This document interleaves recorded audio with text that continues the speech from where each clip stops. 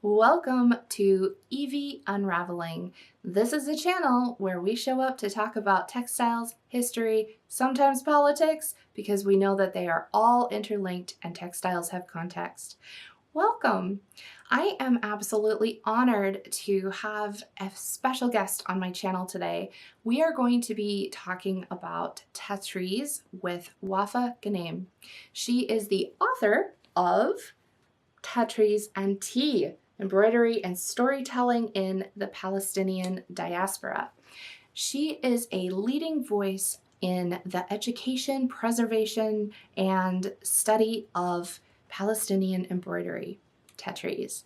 We are going to be talking about the cultural significance of this beautiful art form, both in Palestine and the diaspora, historically and currently in modern times. Before we get started, I want to be very clear about something. This is a space that centers inclusivity and respectful dialogue. The comment section is being actively monitored. Any comments that are Islamophobic or anti-Semitic or contain harmful pro-Zionist rhetoric will be removed. That's all I'm going to say about that. We're not here for that discussion. We are here to celebrate Tatreez and learn about this beautiful art form. I would highly recommend that you grab a cup of tea. I'm going to go get one myself. Maybe if you have an embroidery or some other needlework project, grab that as well. Settle in, and I really hope you enjoy this conversation as much as I did. So let's welcome Wafa Ghnaim to Evie Unraveling. Thank you so much for joining me here. I can't wait to learn about Tatreez from you. I brought some tea because it felt appropriate. And it's delicious. It's one of your recipes from Tatreez and Tea. Oh, thank you. Which one? It has a cinnamon stick in it, and I've never done that before. And it's delicious. I highly recommend it. So, Sahtan, we say in Arabic. Sahtan. Enjoy. Thank you. I am. And I would love for you to just kind of give a quick introduction about your work, who you are, and what your projects are. Oh, wow. How do I begin? My name is Wafa, and I am a dress historian and a fashion researcher. I'm also many other things like curator, an educator, an embroiderer, an archivist. I have my hands in a lot of places. I'm a collector. Part of researching is having your own collection that you can study and publish. And I recently finished a fellowship and scholarship at the Metropolitan Museum of Art, focusing on Palestinian dress and headdress.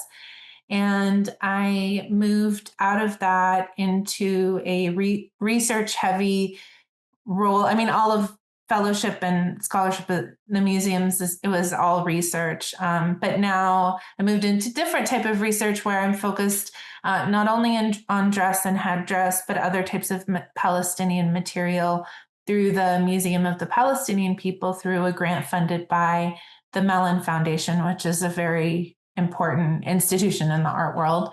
And I'm also publishing and still writing articles, and I'm consulting on an exhibition with Victorian Albert Dundee for Thread Memory, which is curated by Rachel Dedman, all about Palestinian dress, as well as another exhibition in Chicago on loss and absence includes Palestinian dress at the Art Institute of Chicago. So I have a lot of projects, and generally speaking, those are my areas of focus. For someone who knows nothing, what would be like the elevator explanation, which I know is too short, but it'll give us somewhere to start from. So as we go along, people kind of have a context for what we're talking about. So the elevator explanation, Tatreez is the Arabic word for embroidery. It's generally embroidery.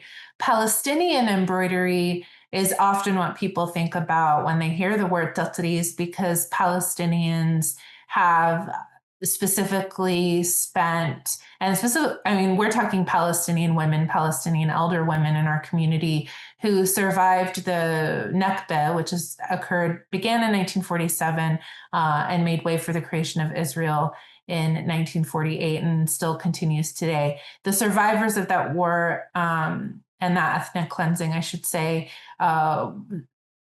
dedicated much of their life to preserving techniques, rituals, skills attributed to Palestinian embroidery or Tatreez. And so today, many people consider the word Tatreez to specifically reference Palestinian embroidery, but actually it references the term embroidery altogether. Historically speaking, embroidery is practiced globally, right? Cross stitch, which is predominantly, it's sort of reaching its revival right now in the contemporary context. Many Palestinians in exile are practicing cross stitch.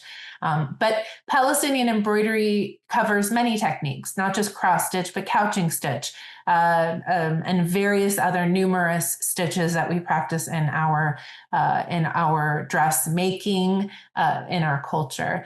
It's also broadly practiced regionally. So much of what we understand to be of Palestinian dressmaking and embroidery has iterations that are culturally specific from North Africa all the way up into Southwest Asia and east of the Mediterranean Sea. That's a large area. Yeah. So to really like study and understand Palestinian embroidery, and you have to understand Palestinian dress. And to really understand Palestinian dress, you need to more broadly understand the region outside of colonial or nation state borders. Walk me through the life cycle of a thobe that you may have in your collection. Like, where would it have originated? Who would have created it, and how did it get to your collection? With every fashion and dress, every decade is going to reflect a different type of story and meaning in the dress. And for Palestinians specifically, before 1948, before the creation of Israel, we understand dress to have a different type of life cycle than those after 1948. That is an actually very informative answer to that question, and I appreciate that. I'm sure there's other things like the way that different materials became available over time, like the way cotton became industrialized and aniline dyes probably spread, and just like any colonized place in the world, things got replaced by other traditions. Exactly. Well, and I think that that's really what you're hitting on is that dress. I mean, textiles broadly conceived includes rugs and other types of household wares and dress and so many other things. Dress specifically, and especially in this part of the world, is worn on the body. It reflects the condition of the body and what the body endures. That could be anything from the very personal levels of womanhood and motherhood and pregnancy and elderly years, health conditions. And it could also reflect the political, which is war and displacement, access to materials, economics and finances, the conditions of the refugee camps, the patterns they were stitching based on where they were displaced to. So this is a very interdisciplinary. Dress specifically is so interdisciplinary. It's important to consider the material analysis that you're talking about. And also you refer to in the social and political aspects of dress. And also the cultural, economic, there's archaeological elements we have to consider. There's scientific research, anthropology, oral history, proper art history in that formal field. So it's really a requirement of like an interdisciplinary mind to understand dress. And I think especially Palestinian dress. Yeah. In your work, are you finding any like barriers when moving into sort of the formal art world where there's still a pushback and trying to call things craft and keeping things that are domestic out of sort of the resources and view of art? That's a good question. I think I imagined I would have a lot more pushback than I do. And, just in the fact that I earned and was awarded a fellowship at the Met that is considered a very like prestigious formal institution. to study their dress, I think conceptually it's been accepted that dress needs attention, and these museums are stewarding dresses of other cultures. And the ethics of that is that they make it accessible to researchers and people of that culture. I think the pushback comes in methodology. That's been my experience. So the inclusion of oral history is particularly groundbreaking and mind-blowing to these institutions. I think there's an openness, but an unknowing of how to formally like incorporate oral history in publication or in research. I think there's also, because of that interdisciplinary nature, for instance, at the Met, I operated within like 12 different departments to get to get a grip on some of the material they had that was Palestinian. That was a challenge because navigating so many, I was an interdisciplinary fellow, so they knew to some degree I would be, but the degree to which I needed to consult with other departments, and the amount of support I needed to garner from each and every department was an obstacle, because that was a pitch to every department, a pitch to every employee in that department who was going to help me. So I think there could be a lot done in terms of taking down some barriers and obstacles, but I think it's purely bureaucratic, and I think conceptually for the field of dress, there's a great understanding and appreciation that they need to do that. It's just these institutions are structured in a way that is founded on colonial legacy. So it's hard for the people today to undo some of that, and as much as they want to. I'm throwing this one in. The oral history one was another question I had, but in another interview where I saw you speaking, you were talking about Indigenous practices, and continuing with the oral history question, I wonder if that's sort of a thing that many Indigenous cultures that do have traditions of oral history are encountering. And I'm very hopeful, of course, that we can break through some of those barriers. And that also kind of leads to a question about the motifs in Tatreez, and how, I mentioned when we were talking prior, when we were getting started, like the text of textile, text, like reading a book is text, and you can read a textile. I would love to hear from you just about reading motifs, the meanings behind them, and how you can see a story within the embroidery, the Tatreez. Gosh, that's such a wonderful question. That's so many, I can explain that in so many ways. And I could do lectures and write books about this, and which I have. Oh my goodness, you did. No. It's wonderful to talk about. It's always on the front of my mind, but I think it's important first to understand symbology and patterns. Symbology and patterns evolve, and a single pattern that once meant something in the ancient world now could have transformed into numerous iterations and could have multiple meanings, or a contemporary meaning that no longer applies as it did in the ancient world.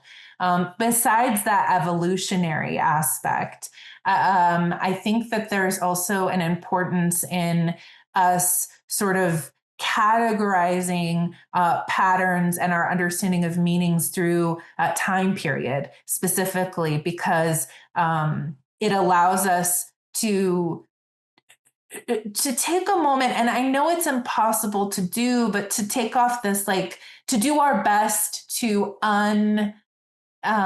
undress our like contemporary lens, that maybe the way we're viewing things today is not at all the way that they viewed things then. For instance, patterns between 1850 and 1948 in historic Palestine, before the creation of Israel, each different patterns could indicate a specific regional identity. Not all patterns. Some patterns were practiced universally, not just in historic Palestine. And universally, I mean regionally. Like like into Syria, Lebanon, Jordan, and into even Egypt and the Sinai Peninsula. And that pattern, like an amulet, stitching of an amulet, that is that has origins in the ancient world. They believed in the amulet as a form of protection. And so therefore it's widespread in the region and it's practiced all over. Whereas a swan motif in the early 20th century, they didn't have swans in Palestine. They called them ducks, but it was a swan motif that was brought in by Europeans. And the Palestinian women continued to stitch it, even though they didn't have native swans, in order to, because they liked it. And it looked like a duck to them, and it was beautiful and swirly, and so forth. But they didn't really stitch swans anywhere else in Palestine because that pattern didn't move there and they didn't have swans. So, it's really interesting to kind of look at the nuance, I think, of symbology and patterns, and that, yes, while it is true to say between 1850 and 1948, there was a hyper localization of visual language with the patterns where we could really understand, even at some point, some patterns could tell us where in the village somebody lived. But not all patterns did that. And that wasn't the way it was forever. That wasn't the way it's always been throughout the centuries. Palestinians evolved. I shouldn't say evolved, we've transformed over time, just like everybody else in the world. We like certain fashions, regional empires changed, local empires changed, cultural, social, spiritual beliefs changed. All of the things that affect the body are what we see in the dress. And that's really how we have to construct these stories, with an understanding that there's no way to take off that contemporary lens. And so I have to always, to reach the highest degree of accuracy in telling such stories, you really have to present some nuance with it.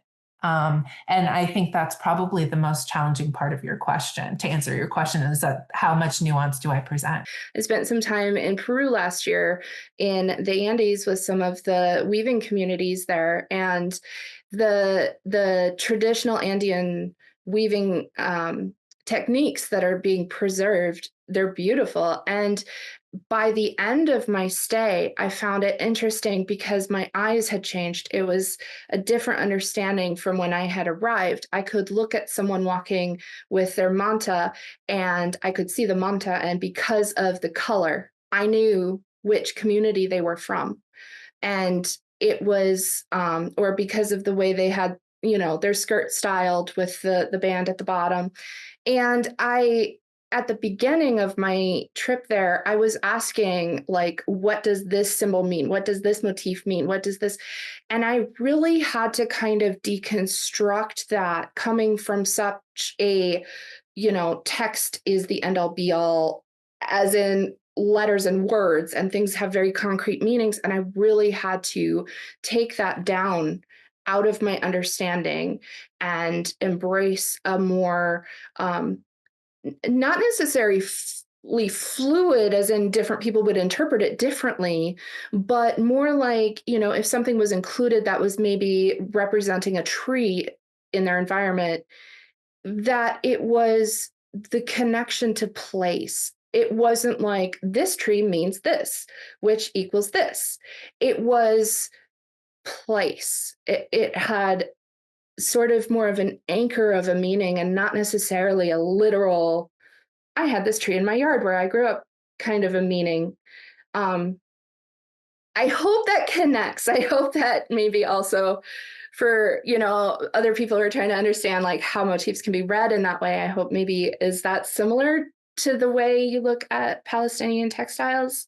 Definitely. I think that that's where understanding and learning from other cultures can help us. Like, that's an appropriate takeaway that could apply here. I've heard, and with Palestine and with Tatreez, I've heard people have takeaways of other cultures like, oh, this represents X. And then when they come into my classes say, well, in India, this represents X. So could it represent that here? And it's like, no, that type of thinking is not how you want to enter a cultural practice, a heritage practice. You have to learn these practices on their own terms within that cultural context associated with people. But I think that takeaway is highly relevant, because what you're ultimately saying here is that everything carries nuance. This isn't a cipher code of patterns that, if you, like in that movie, A Christmas Story, where, that little boy is like, trying to understand, like, this symbol means this letter, and, whatever. And he's trying to figure out what the sentence means. Like, and it ended up being some lame sentence, like marketing buy this Ovaltine or whatever it was. That's not how this works. And I think that's where I think our understanding of culture, the depth of our understanding can be limited, actually, is when we start moving into this sort of like very, if it's not this, it's that kind of thinking. So I think that's a highly valuable takeaway. It's good to challenge any of our preconceptions coming into anything, and to always, I think, always question preconceived notions. I think that's really important when learning outside of our own personal culture. I think maybe get a face generally. Even within our own culture, I see this with other Palestinians. It's because, specifically with Palestinian traditions, we have faced huge waves of misinformation and cultural erasure and war and displacement, fragmentation in our community. We're exiled. Most of us are exiled. I mean, only really, I think the majority of Palestinians are like refugees, and there's a certain core Palestinians that live under occupation. And they have, kept some of these heritage practices intact, and the knowledge definitely intact. But all us out here in the diaspora and in exile, we're fighting to get information. And not only that, not only are these different sort of moments of breaks that happen where we're unable to access, one parent didn't learn embroidery from their mother, and now I'm speaking or teaching with a descendant of that mother that never learned and trying to restore that. There's also layers of misinformation that occurs not only on social media, but through media as a whole, through sort of, I want to say, very Orientalist scholarship, and now very Zionist type of writing scholarships, perspectives that do not represent the Palestinian experience or an indigenous perspective. And so I think that's very important for us to remember, that there are many things in place over the last century that have caused a dispossession, not just of land, but of culture and of information. What are some of the ways that Tatreez is meeting the needs of community in the diaspora? Yeah, no, that's an interesting question. I think when I began teaching in 2017, which at that time, I could count on one hand how many people were teaching embroidery that were my age and, out there kind of running classes. And I remember those early years so well, because at that time, everybody I met, most every Palestinian I met, did not learn Tatreez and how to practice Tatreez. And, in 2021, like, just for your listeners and people watching this, like, in 2021, UNESCO inscribed Palestinian embroidery on the Intangible Cultural Heritage List. Why is this important? Because what they acknowledged in that inscription is that Palestinian embroidery isn't just a technique. It's a ritual, it's a skill, it's knowledge, and it's a technique. So taking all that, and like creating a holistic picture, this is a broader way of life. Practicing embroidery is a way of life.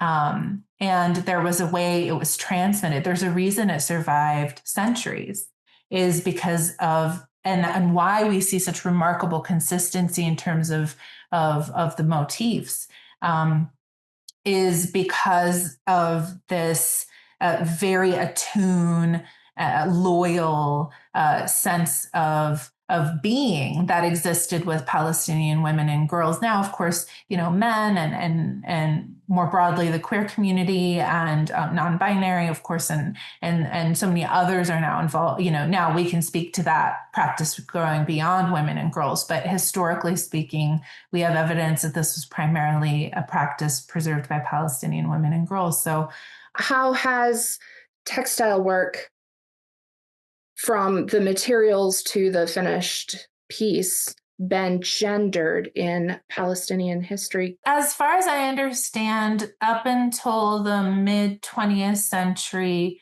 men and boys wove and women and girls embroidered. And there was a partnership there. And there was a heritage knowledge also passed between men and boys. The reason I bring in like non-binary queer community in the conversation, because I find it really interesting that in the ancient world, headdresses were not gendered. We see evidence of figures that were not men or women, that were deities, are wearing headdresses that by the early 20th century were primarily worn by women. So I think there's a huge gap of knowledge there. I really enjoyed when I was teaching more over, especially over the pandemic and so forth, is the amount of diversity in the classroom and the safety that we had when we were stitching and sharing about our lives. There were many from the queer community who joined, and it made me like question, like, how do we know where these people didn't just emerge like suddenly in 2020, during the pandemic, obviously, but it's like, how have they been like completely sort of erased from the history of this art form, and what are ways that we might be able to bring that knowledge into our site a little bit more? When we look at history from a modern perspective, we again have to challenge those assumptions of what we think of about gender today. That's where I really am very like object driven in my work, is that I start with the object. So the dress. So whoever the person was, they wore a dress. Whoever they were, they embroidered and made this dress.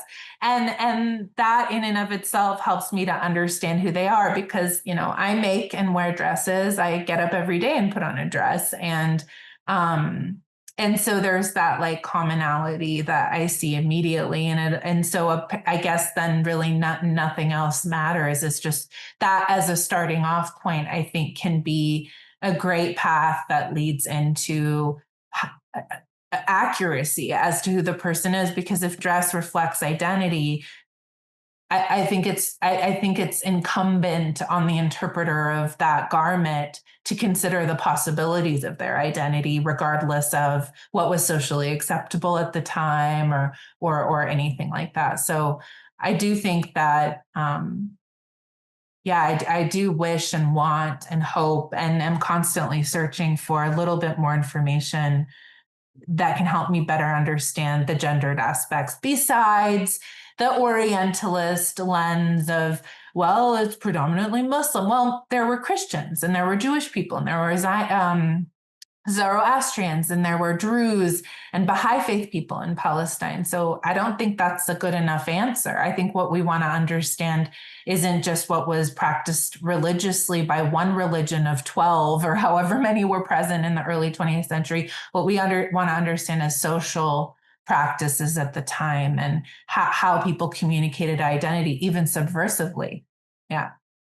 There's a piece in the Victoria and Albert collection that I can't share because they are very careful about their copyright on stuff, which is fine, but I will put a link. There's a video on YouTube of them talking and showing their collection with some very up close video, which I appreciated, getting a good look at things. And there was a piece they had, the person presenting was talking about how blue represented mourning, and that there was a dress that had all this blue embroidery and indicating there was a loss in this person's life and that they were in this period of mourning. And then in this field of blue that of course would have taken ages and ages, it was so many stitches, so much time. Like, it's not even just this represents that, but like just seeing that many stitches represents this period of time for this person creating this.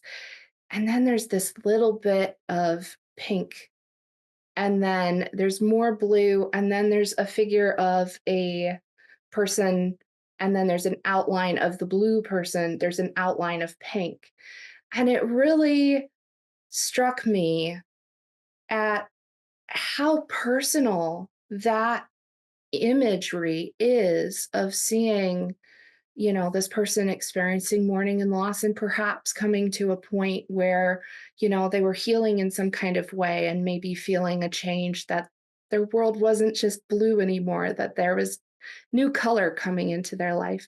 Have you ever come across a piece that you were studying that just really hit you, like in a very, oh, I have the feels kind of way? Before I answer that, I think what you're talking about are dresses from the southern Palestine. Was that the Bedouin region? I think It that's may the blue have dress. been. There were quite a lot that she was going over all at once. But the blue dress actually indicated being unmarried, divorced, or widowed. It actually indicated that she was single. Oh. Because blue, the color. So there is this idea that blue is a mourning dress because she could be a widow, but also single women. It's like your Facebook status back in 2012. It's like, I'm single and ready to mingle. That's what that means. Adding the pink. I mean, what I understand from oral history and elders and Threads of Identity by Wadat Garwad and various other resources, adding pink or red to the blue embroidery indicates that she got remarried, but she didn't want to give up her blue dress, which I can totally relate to because I love my single life. So I would want to keep it. So I wanted to just share that because blue actually indicates protection from the evil eye. And the reason they were using blue was to protect themselves from misfortune, disease, or death. Because if they were single and they got the evil eye, someone was gossiping or jealous, they'd never get married, or they could not bear children. If they were divorced, they could get another divorce. And then they'd be like blacklisted from the community or the tribe. And then if they were widowed, they were probably protecting from dying themselves, So blue was like heavy artillery of protection from the evil eye. So it's interesting that some museums still say that, because that's like something I've been trying to fight against. But well, I'm glad I brought it up. Yeah. We're informing right now. Yeah, we're informing right now. People are learning right now. Right now. Blue does not necessarily equal mourning. It doesn't at all. It could, but it doesn't. And I'm actually going to write a paper about this, because this is an example of a nugget that just online that just like propagated into a whole other belief system that's distorting history. And I'm so sorry to say that, because the way you said that story was so beautiful, and it may be true. But there was also other meanings to the blue that could have also equally existed for that woman. About blue being protective, this just literally just occurred to me just now. Studying indigo, this was blue created by indigo in that region. Is that what would have been? If we're not talking about the synthetics, pre-synthetics. No, the Bedouins from southern Palestine began embroidering in the 1930s, because that's when they started to get embroidery supplies into that region. And by then, DMC thread was being imported from France into Palestine because they started in the late 1920s. So then that means it was pearlized cotton thread in blue with synthetic dye. Indigo dye was used in the fabrics and the threads, but they weren't stitched in that region. So that particular color symbolism that I shared was not for all of Palestine. That was just for southern Palestine. That's how the Bedouins there operated. They needed to be able to see the woman and see if she was married or single. That was it, right? So like, but they had to do it in the skirt and nowhere else in the dress because she wore a big cloak. And the only thing coming out when she walked was her feet and the skirt. So they could see from far away, okay. And they could do it sort of inconspicuously. Like, she needs a husband. She doesn't need a husband. That's how they were. That was really important to them. But indigo is a really important material for our culture because before the advent of Black in the early 20th century, indigo, in Palestine at least, indigo blue was the darker dress color. And it was heavier and it was worn actually for weddings. Yeah, not white. Not white. White was not worn. White was an everyday color. They wore that as their everyday dress in some regions. It wasn't really until the late 19th century that the white, in the turn of the century, that white became the wedding dress because that's a European influence. And then that was Queen Victoria. Yeah. Yeah. Exactly. And then the blue became like, an everyday color. White, special occasion, blue, everyday. Yeah. Chemically, indigo has antimicrobial properties. And I've wondered about the cultures that interacted with indigo and just through noticing the antimicrobial effects of indigo being protective against infection, perhaps if you cover a cut or something like that. I know that. Oh my God. Thank you do you have a citation for that? I may want to read. Yeah, I have. Somewhere. I'll send it to you. I love that information. That makes so much sense from a protection, because also I've seen different, like cloves. We have clove necklaces. And I remember being like, when I first encountered clove necklaces, I was like, why is it cloves? God, they're so strong. I hate how they smell. There's too many, a little bit. Okay. But like a whole necklace of strung like 100 cloves.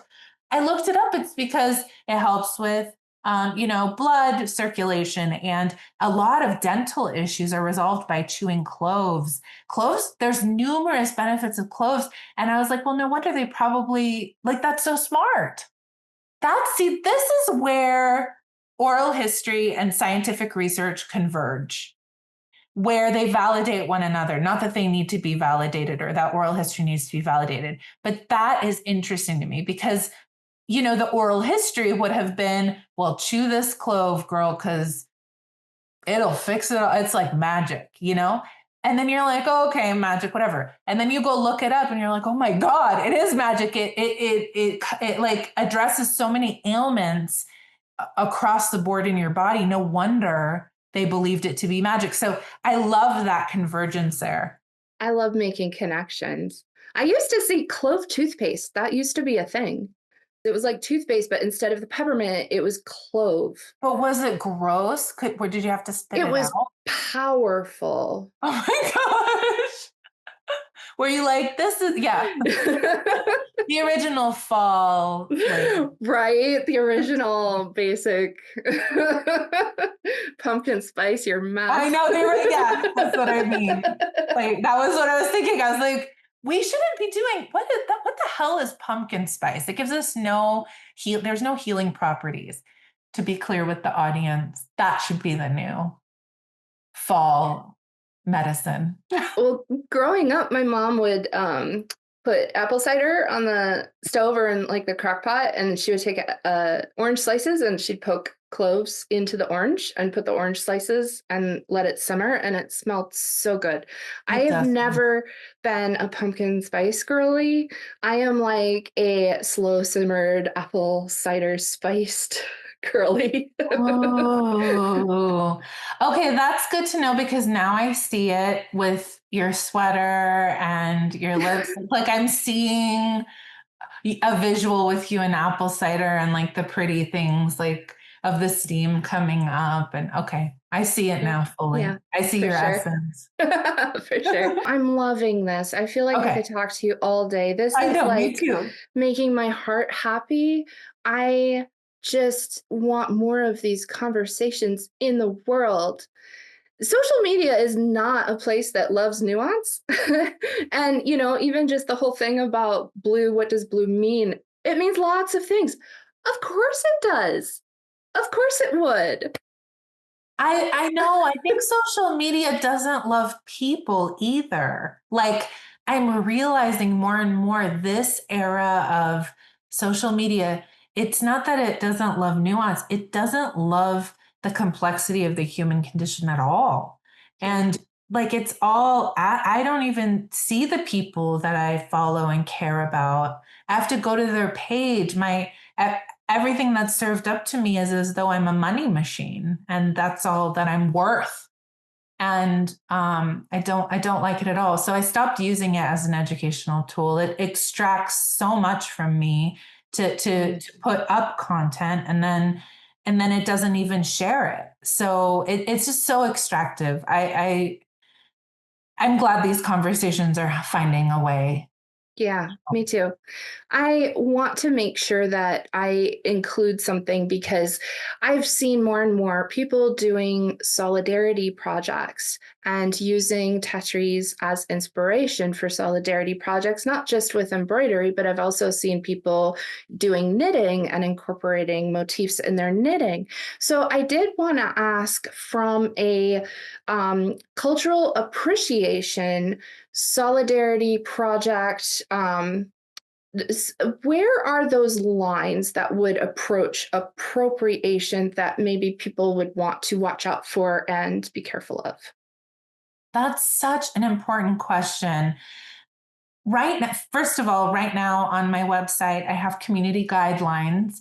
I don't do as much teaching anymore, which is what those were for, but I've kept them up because so many people appreciate my statement about cultural appropriation. And my perspective and the Tatreez Institute, which is this, the foundation of my work, are the position of the Tatreez Institute on cultural appropriation. And essentially, and so people, your viewers can go take a read if they're interested. And I don't claim to represent every Palestinian perspective. Everybody has a different view. I just want to make space for that. My experience is coming from the US, growing up. My mother's a refugee from 1948, and my father is also Palestinian. And this is my positionality. And in my experience, I think it's okay for non-Palestinians to learn about the art form, study the history, and even wear some embroidery as long as they can speak to it. So if you don't know if you're putting on a dress or you're wearing a kofiyeh, black checkered scarf to a protest, and you don't know what it is that it's called, and you don't know what it means, that's a sign that you're not ready to wear it. Furthermore, if you are confronted, the big sort of test is if you're confronted by either somebody who really doesn't like Palestine or a Palestinian, and they point their finger at you and say, "Why are you wearing that? Do you know what you're going to say?" And if you don't, and you cower to that question in any way, shape, or form, you're not ready to wear it. That's my opinion. I also don't think it's appropriate for non-Palestinians to learn the art form and then teach it. I don't think it's okay for non-Palestinians to learn the art form and then sell it. Even if the proceeds of that goes to Palestinian charity, Palestinians don't want your charity. Why don't you support Palestinians by allowing them to have vocation and career and work and spending your money to pay for embroidery they produced? That is a much more ethical, socially sustainable sort of cycle of life, is to support Palestinian embroiderers producing Palestinian embroidery, and not to just to all of that also to say, and I'll land on this and I'd love to hear your thoughts on it. As a researcher, there are periods of time and certain in history, very recent, contemporary, and types of embroidery produced in which I cannot discern if the hand was an indigenous one or a missionary, a Christian missionary in Palestine trying to do good, okay? Quote unquote. I cannot tell the difference because they learned our stitching and our motifs and our techniques so well that it's questionable. Where it's either a Palestinian that doesn't have a lot of experience, they might have been young, it was a little this way or that way, or it was not done by a Palestinian at all. They were imitating. So beware of that. If you're non-Palestinian, you're producing Palestinian embroidery, that does not make you Palestinian, and you are distorting the historical record. And when I say historical record, I mean the text and the textile, as of what you were saying. You're distorting that. You're making it seem that you're Palestinian producing our embroidery. And that's not the type of solidarity we want. If you just want to learn it and practice it and keep it to yourself and then save it for your own home, that's totally okay. Maybe label it. I was in all of my Tatreez kits that I give in my workshops and classes, and when I sell them on my website, they're not available all the time. I always have a label that says stitched according to Palestinian tradition, because that way, if a non-Palestinian stitches, they can affix the label, and then later down the line, someone like me doing this work can take a look and say, oh, this might have not been done by a Palestinian. This is just someone who learned it. So I think it's just good to consider all of those possibilities. Yeah. I think that's very important. And I appreciate you having a link. I will definitely I'll put a link to that so people can have good, quick, easy access to it. And I appreciate the way that you have some just very clear ways to say, sort of litmus tests yourself if you are doing Palestinian embroidery and you are not Palestinian, but still a way to show solidarity and still a way to enjoy a beautiful craft, but not muddy the waters for future researchers, to not take money or do things that would channel resources in the wrong direction, et cetera, et cetera. That's so important. I appreciate that. I know we're about out of time. I had one last question. Let's do one last question. Yeah. I want you to have time for lunch, though. I wanted to ask about watermelon motifs. Modern, new sort of meanings that are coming into the art form. Well, the way that Palestinian embroidery survived this long, centuries, is that our patterns evolved and they reflected our condition, the condition of our body, the condition of our families, the condition of our land. And just as much as we stitched ducks, we also stitched doves and birds and other birds and trees and 4 eggs in a pan and, flowers and all types of things that shared what our land looked like. And just as in the Intifada, the first and the second Intifada, which is the uprisings, Palestinian uprisings, first Intifada in 1987 to 1993, they began stitching the Palestinian flag, rock throwers, Dome of the Rock, calligraphy, protest chants. That reflected that time under occupation. So the watermelon motif is a very important symbol right now. And it does have some interesting storytelling to talk about how the Palestinian flag was banned, for instance, under the first Intifada, and how, do you know the story of the watermelon? Should I share it? I would love if you would share it. It should come from you. But yes, I have learned it. because I wanted to know about it. So yeah. And I have, by the way, this story written down in a free pattern download on my website called Tatreez Revolution that I released in October, November of 2023 to encourage Palestinians to stitch motifs, and non-Palestinians, but Palestinians primarily to stitch motifs that reflected the current moment. But the story of the watermelon, as I understand it, is that Suleiman Mansour, who is a fine artist, he's a painter, Palestinian man who was living under occupation, he had a gallery showing.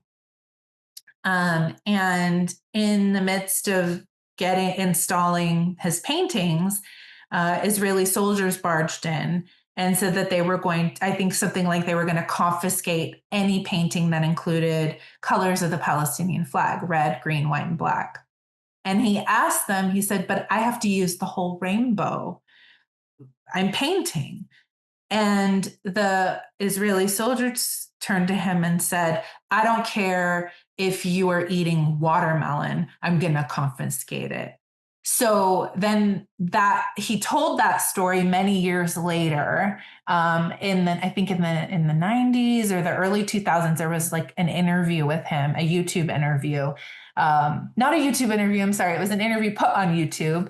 And he shared that story. And that's when we all started to be like, oh my God, the watermelon. And it's such a perfect, likely sort of fruit to use, but also talk about subversive art. And I love the idea of our motifs developing. And there's so much to talk about there that I know we can't get into everything in the interview, but I really want to encourage the idea that Palestinians need to be the creators of that. We're not inviting non-Palestinians to invent new patterns for us that we can make as traditional. I'm encouraging and inviting Palestinians to continue to tell their own stories, that non-Palestinians continue to center Palestinian voices. And that even means through our art, that to let us tell our story through our motifs. And if you want to appreciate the motifs we create, then that's a simple way of showing your cultural appreciation. Where can people go to learn more? What would you suggest a next step for someone who is looking into more information? First of all, there's a lot of Palestinians and Palestinian-led initiatives right now that focus on embroidery. And I really encourage folks to look and see if they can find someone in their town. And if there's any stitching circles going on, there are so many wonderful Palestinian people in diaspora doing their best to create community spaces that are safe for both Palestinians and non-Palestinians to stitch, even if they're just stitching or knitting something of their own, that you don't have to engage in Palestinian embroidery. But so I don't want to take away from that, but so you can find that anywhere online, not on my website. On my website, I do have reading lists. I have e-courses that people can take. I have free pattern downloads. Sometimes I release my book where I'm like signing and, I sign them and I send them as like a little bit of a love letter to anyone who's following my work. I have a blog that I'm writing stuff about. All these ideas I have and thoughts I'm constantly publishing. I have a publications page with free essays on it. There's a lot of material to delve into if you're a reader, and if you want to learn through classes, and then also if you want to get into community spaces where you want to just stitch and bitch, or you want to stitch and be with other Palestinians and non-Palestinians in the cause. There's just so much to sink your teeth into. Yeah, there is. And I would recommend that people really dig and look, because social media is not a fan, and countering that means looking a little harder, but it's worth it. Well, thank you so very much. I have appreciated our conversation. Wish we could talk all day, make another pot of tea, but we both have things to go do. And I just thank you so much, and have a wonderful day. Thank you. I really appreciate you too. And if there are any follow-up questions or anything, let me know. I'm more than happy to answer. Thank you. Bye. Bye.